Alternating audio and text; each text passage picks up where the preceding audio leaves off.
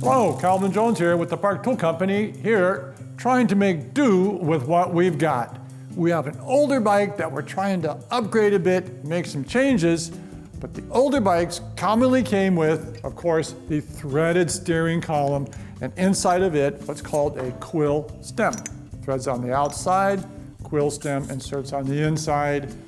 Not so much seen anymore, and more importantly, not very available if you're changing the parts around for different positioning.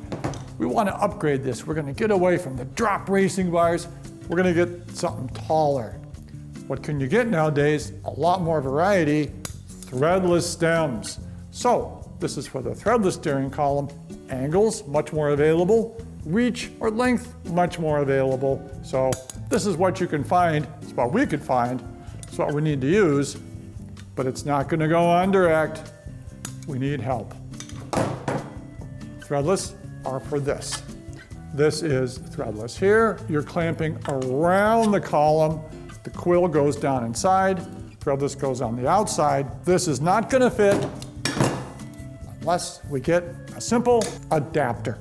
This is a 1-inch threaded column to 1.125" adapter. So that's what we're going to use. Step one is remove the old, out with the old. Loosen the center bolt. There's a wedge inside. It's not going down. Typically a tap drives that down. And, oh, this is a good one. Make sure that's loose. And now we have a difficult stem removal.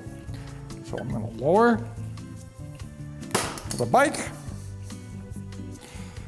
We're going to stand in front. We're going to grab tight here, and we're going to give it a twist and a twist. And that is the end of the video.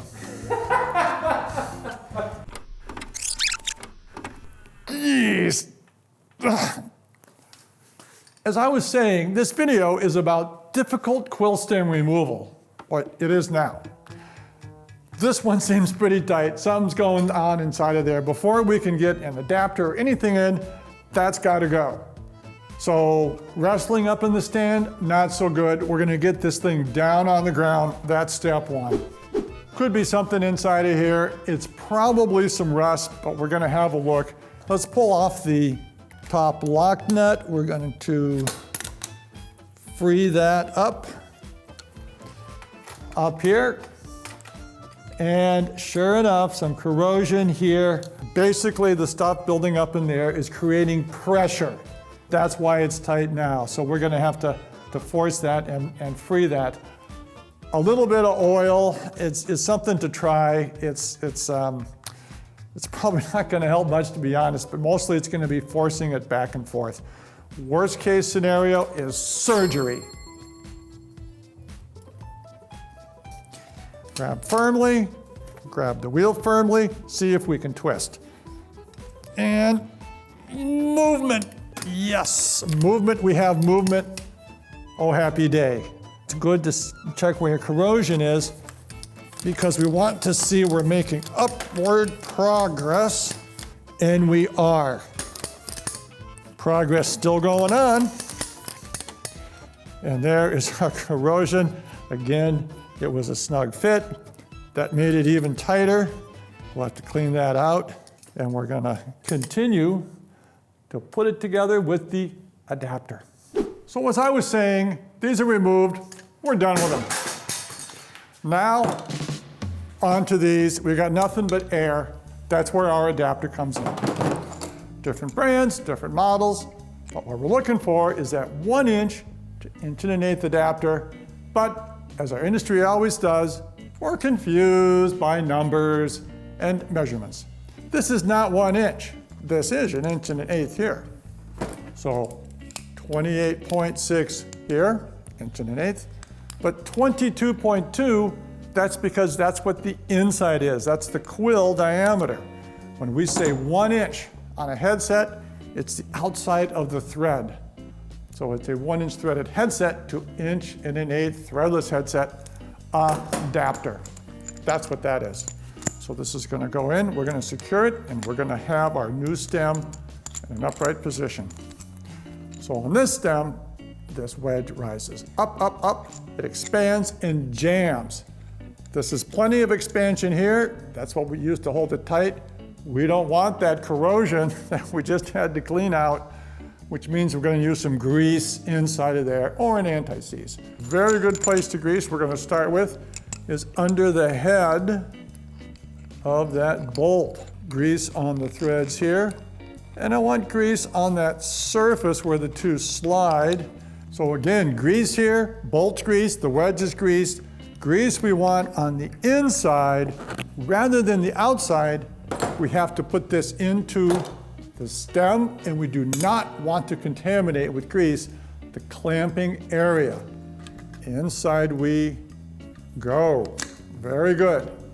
Now, there's an insert line here, just like a quill stem. It has to be inserted at least to that line. At least. We don't want it too tall. It could fail on us, so we want it to hide that line. But we're going to have this extra stem sticking up. And here's a fun trick I learned from Truman. This will trick our friends. So we're going to insert our adapter, but first we're going to put on some threadless spacers. Do you need them? No. But regard. All the way down, we are well into our the insert mark.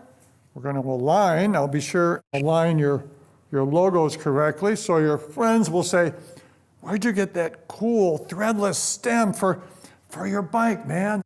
So I'm going to snug this bolt. We have two sets of bolts we're worried about. Center bolt is the wedge, draws up, secures the main adapter. Then these pinch bolts on the side need to be secure like a threadless stem.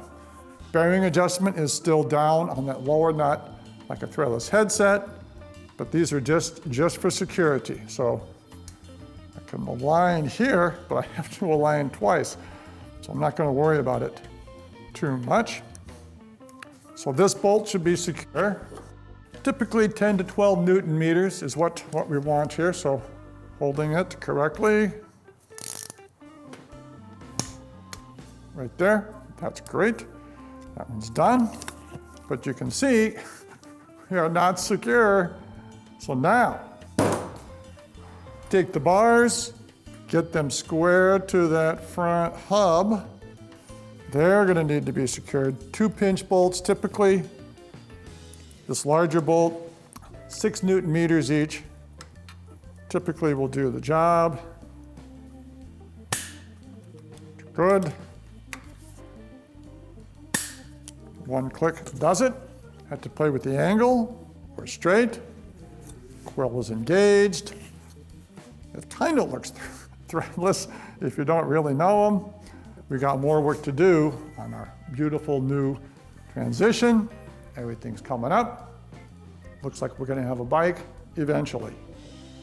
Trying to add the new to the old in order to reduce, reuse, and recycle. Out.